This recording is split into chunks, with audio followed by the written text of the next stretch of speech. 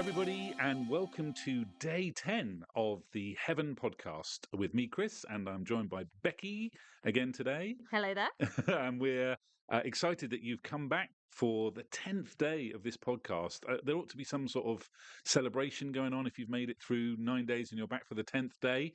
Well done. We're really proud of you. And we're looking forward to the 10th day of this and just thinking a little bit about what we're living for and how maybe if we're thinking about what's to come, how that helps us live today. So I'm excited to get into all of that today. Becky, just before we get into our Bible reading for today, where are we going when it comes to Bible stuff today? Yeah, so as you say, we're kind of asking the question about how do we live with the end in mind today? How do we live with purpose in light of all the stuff we've been talking about in this series that heaven will be like? We're going back to a book we have visited once before in this series called 1 Corinthians. So it's the first letter of Paul to the Corinthian church, the first, and there was a second letter that followed up. Paul, as we've talked about, was this guy who had a dramatic conversion from persecuting Christians, that is, trying to blot out Christianity, and then turned his life around after an encounter with Jesus to spread the good news about Jesus. And he spread it to one such church in a place called Corinth. And they've kind of received what Paul taught them, they've bought into it, but then they've drifted. And Paul writes this letter to kind of bring them back. It's a course correction letter as much as anything else, as he seeks to fix their eyes once again on the purpose that they should be living with, right? Yeah. And this passage, if there ever was a passage in 1 Corinthians that does that really explicitly, this is a passage that we're going to look at today, where Paul is going to build in some imagery to really help the people in Corinth to fix their eyes on their purpose and live with their purpose in mind. So do you want to dive into today's passage, Chris? Yeah, definitely. So it's 1 Corinthians, as Becky said, chapter 9, verses 24 to 27. And once again, we're just encouraging you, however it helps you to follow along with this. If it's to have a Bible in front of you, if it's just to listen along, whatever's helpful for you, then that would be great. So I'm going to read 1 Corinthians chapter 9, verses 24 and following. It says this: "Do you not know that in a race all the runners run, but only one gets the prize? Run in such a way as to get the prize. Everyone who competes in the games goes into strict training. They do it to get a crown that will not last, but we do it to get a crown that will last forever. Therefore I do not run like someone running aimlessly. I do not fight like a boxer beating the air. No, I strike a blow to my body and make it my slave, so that after I've preached to others, I myself will not be disqualified for the prize." So, Becky, we've every day that we've been going through these Bible passages, we've been asking a few questions. What's the context? What's the point? Yeah. What's the difference? What's the tweet? What's next? So let's dive straight into that context question. So anything that you observe just about, or you would want to contribute about the context for what Paul is saying? Sure. Yeah, so Paul's quite explicitly employing this sort of athletics metaphor of runners running in a race and competing for a prize. This is because Paul is talking to people who are very used to what eventually became the Olympic Games, Yeah, isn't it? yeah. There would have been an arena in, I don't know if there was one in Corinth, was there? I think so, yes. Yeah, Yeah. certainly nearby at least, where competitions would have taken place. You've seen the movies Gladiator, I'm sure. Think that sort of thing, and chariot racing and all sorts of athletics tournaments. So he's employing that imagery Yeah. that would have been very familiar to the people in Corinth, but Yeah. he's employing it to talk about purpose, and he's employing it to talk about heaven. Yeah. Yep. So, and a couple of things, just continuing that sort of athletic event thing. So people competing in Corinth would have gone into training for a specific event that they were doing. So again, the people around in Corinth that Paul's writing this to would have been really used to seeing people training. So they understood that completely. They would have seen boxing bouts as well. So again, that would have been really relevant to them. They'd have completely understood what Paul was saying. And I really like this thing about the prize in here. So again, when you competed at these big games that were held in Corinth or in other cities around Greece, which is where Corinth was, the prize that they would have received, the winners would have received, was like a wreath that went round their heads and indicated that they'd won that. But of course, that wreath would have been made out of degradable materials. It would have been made out of vegetation and that kind of stuff. So ultimately, those kind of crowns that they were getting to acknowledge their winning the athletic contest would have rotted away. They wouldn't have lasted.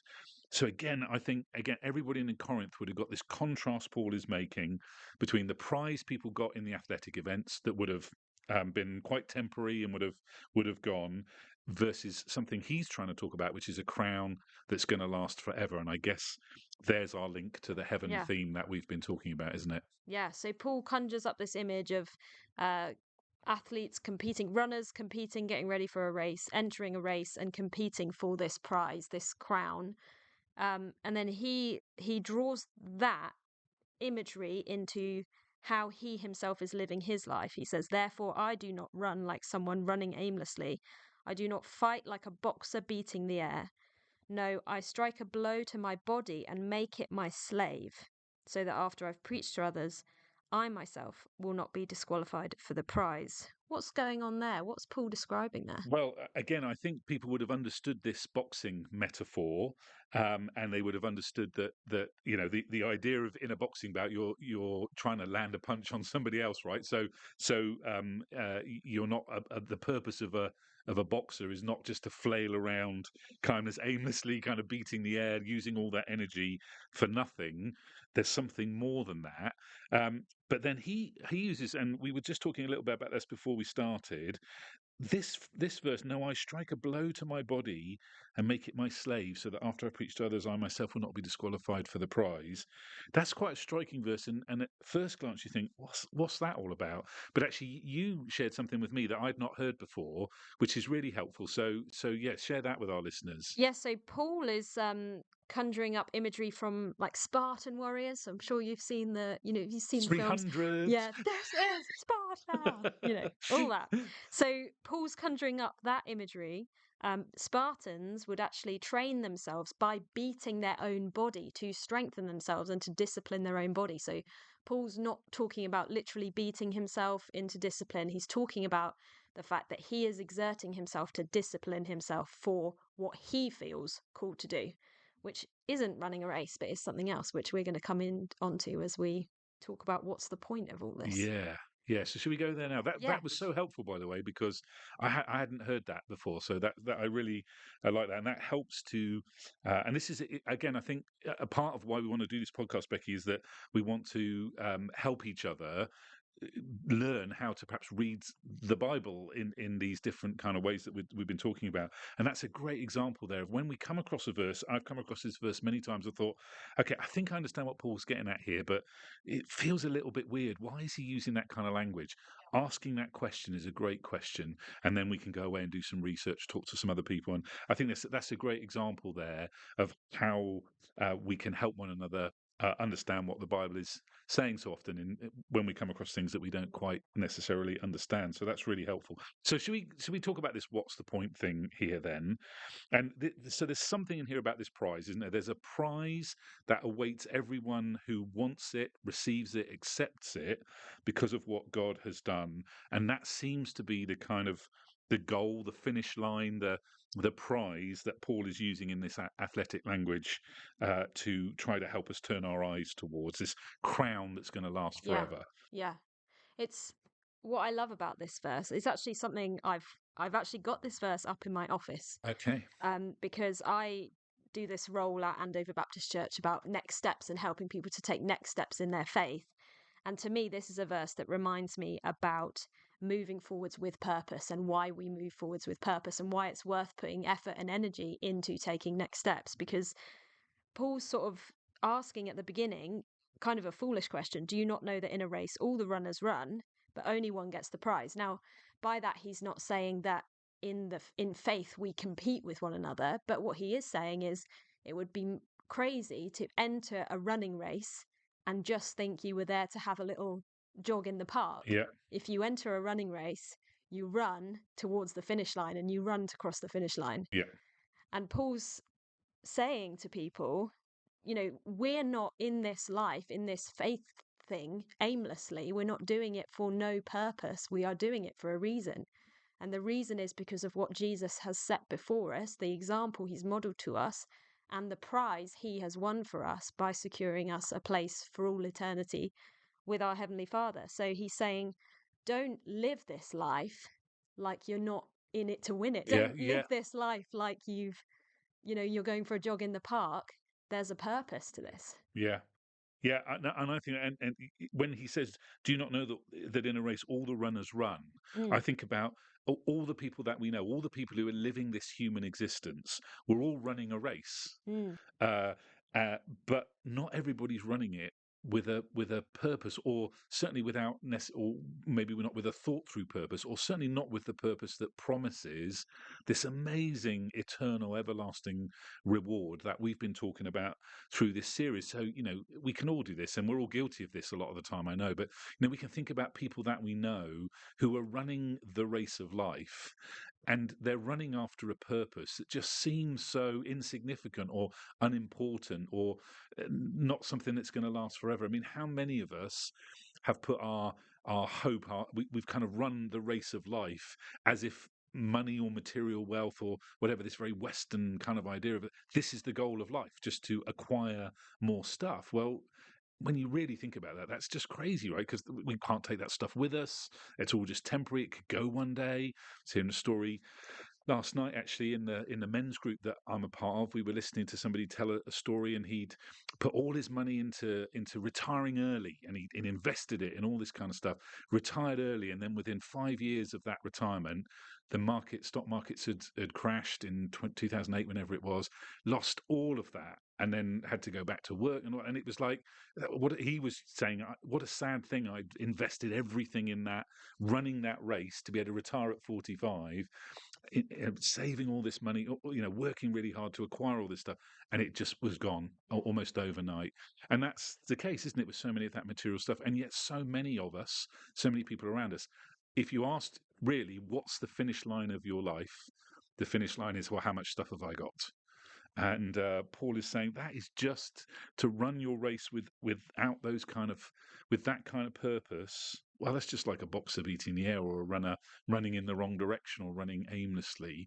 There is a much bigger purpose to invest your life in, and a much bigger prize at the end of that. And yeah, it just says to me that we don't need to live aimlessly or pointlessly.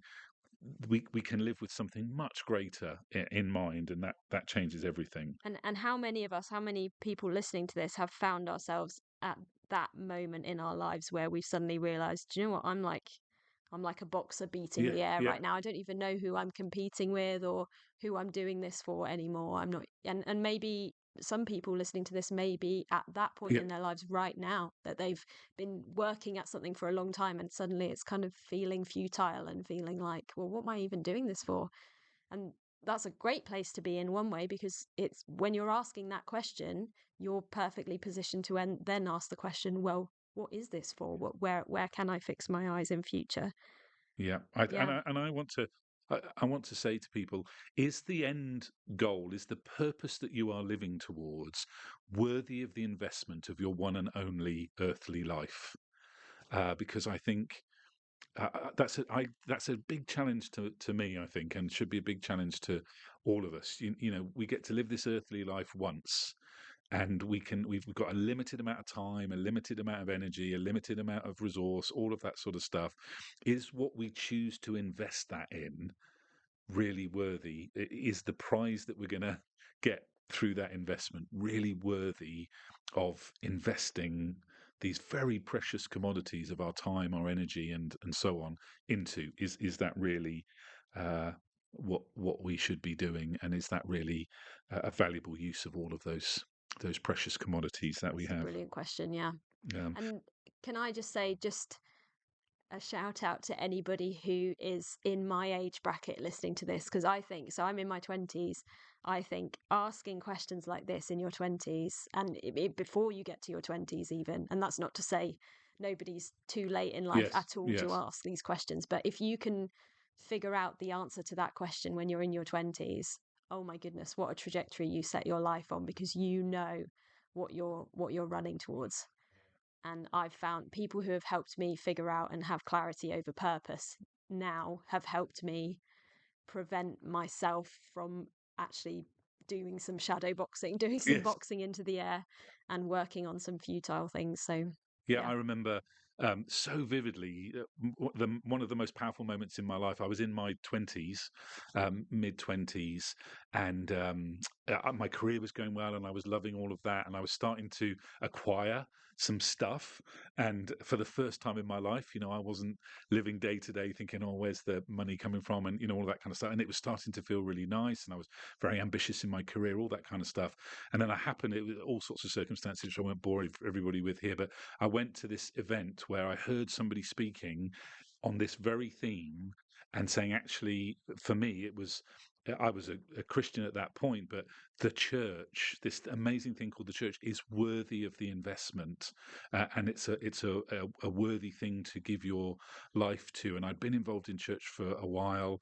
Never really heard that, and suddenly it was like a moment in my life. I thought, do you know what? I have been living aimlessly. I thought I was living with this amazing purpose of this career and all that kind of stuff. And actually, do you know what? I want to give my life to something totally different. And it took a while to work out what that was going to look like and all that kind of stuff, but completely transformed my life. And I've never regretted it. And I still look back on that moment and think, oh, I'm so pleased somebody challenged me about that. In my 20s, what are you living towards? So that point you make is great, actually. And I do think it's one of the things about the Christian faith that we may have people listening to this today who maybe struggle with some of the things around the Christian faith or around church or whatever. And that's okay, because we do some weird things around church sometimes, all of that sort of stuff.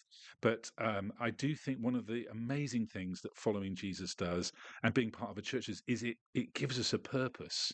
Suddenly there's a purpose to our life. It's not meaningless, it's not aimless.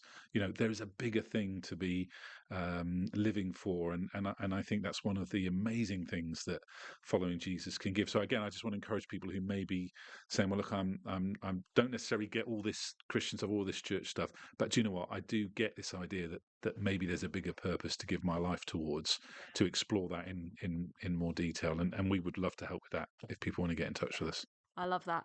So I feel like we have potentially veered into the what's the difference Yes, here already, haven't we? yeah. Yes, I think you're right. I think purpose is so important, and I think a lot. We have to be careful about talking about mental health and all that kind of stuff, because I know there are real challenges and things there. But actually, I think at least some of our struggles sometimes with our mental health and whatever is because of purpose, or either lack of purpose, or we're trying to find purpose in things that aren't worthy of us trying to find purpose in. And that can lead us to all sorts of struggles and anxieties and all sorts of situations in our lives that aren't healthy for us. So I think purpose is so important. So for me, that's the difference. And that God offers us this amazing purpose to our lives and an amazing future. And yeah, I think that is a huge thing that makes a huge difference to us. Yeah, that's brilliant actually, because as you're saying that, I'm thinking about all of us who feel very burnt out, Mm. or like that we're um getting to kind of to the end of our tether, and that's if you run aimlessly or box the air, there's no end to that. Yes, yes, That's just like you're never going to reach a point where you're like, okay, I'm done yeah, now. You keep going, or you pull out, yeah, or you have to drop out. yeah, And so many of us feel like that in life, don't we? Our options are either keep going, keep going, keep going, or I'm going to have to drop out, or like my energy is going to by default take me out yes, of this. yeah, um but in this we get this picture of you're headed somewhere, and there's going to be a moment of there's going to be a moment of completion. You're going to reach a point where you have succeeded, you have won, but yes, not through just your own effort, but through reaching the prize that God has yes, in store for you. yes. And I don't think we should miss that discipline thing that you explained about the Spartan Mm. training and that kind of stuff. That there is a discipline to this as well.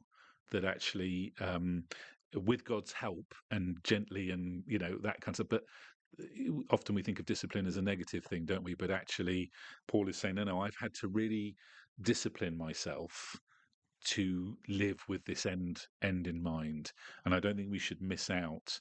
This can all sound a little bit fluffy. There is a discipline to living with this purpose in mind that requires some energy and thought and prioritization from us, in the same way it did for Paul, and he's using in this training analogy. So, yeah, I think you talked about next steps. I think that's a great way of giving ourselves some discipline to living with this end goal in mind, is to say, okay, well, what next step am I taking in living out God's purpose for my life? Yeah, that's really good. So we like to ask on this podcast, what's the tweet? Can we get the meaning of this passage into a couple of sentences that would be easy to share with somebody else? Have you got any tweets for today? Yeah, I'd be interested to see what you say about this as well, because I'm not sure mine is complete. But something like, when we live with the end in mind and the prize that God has for us, it gives us a purpose and a discipline to how we live today. Yeah, Something like that. I But love that. I'm not sure it's complete quite. But I think that's good. Mine's kind of switches it around a little bit. I had, if you're going to really live, then live for eternity. oh, Or good, if you want to really live, then live for eternity. good, yeah. Well, there's a couple of things to ponder on. Yeah. And what's next? I mean, I think we've probably alluded to it a little bit already, haven't we? What's next for people out of today? Yeah, I think it's kind of asking yourself, where am I running aimlessly? And maybe the place to look for that is, where are you feeling tired and worn out? Because that's often an indicator that we're putting effort in, but it's not yielding any Yeah. sort of return or sense of purpose. To ask yourself that, to address the end that you are living towards, and talk, maybe have a chat with somebody about what living with a bigger end in mind might look like. Maybe go back over some of the stuff we've talked about in this podcast.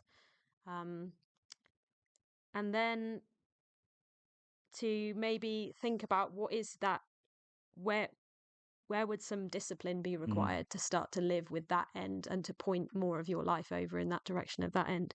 So that's three what's next. Yeah. Sorry. No, I love all of them. I don't think I've got too much more to add to that, really. I think all of that is what we've said today. What am I living towards? Is it worthy of my investment? And how do I live towards something that's got a bigger value, bigger picture, bigger purpose for us? And I would just encourage you. I don't know whether, are you a journaler? I mean, I just think writing some of this stuff down, sometimes, bit of paper, pen, what am I living towards now?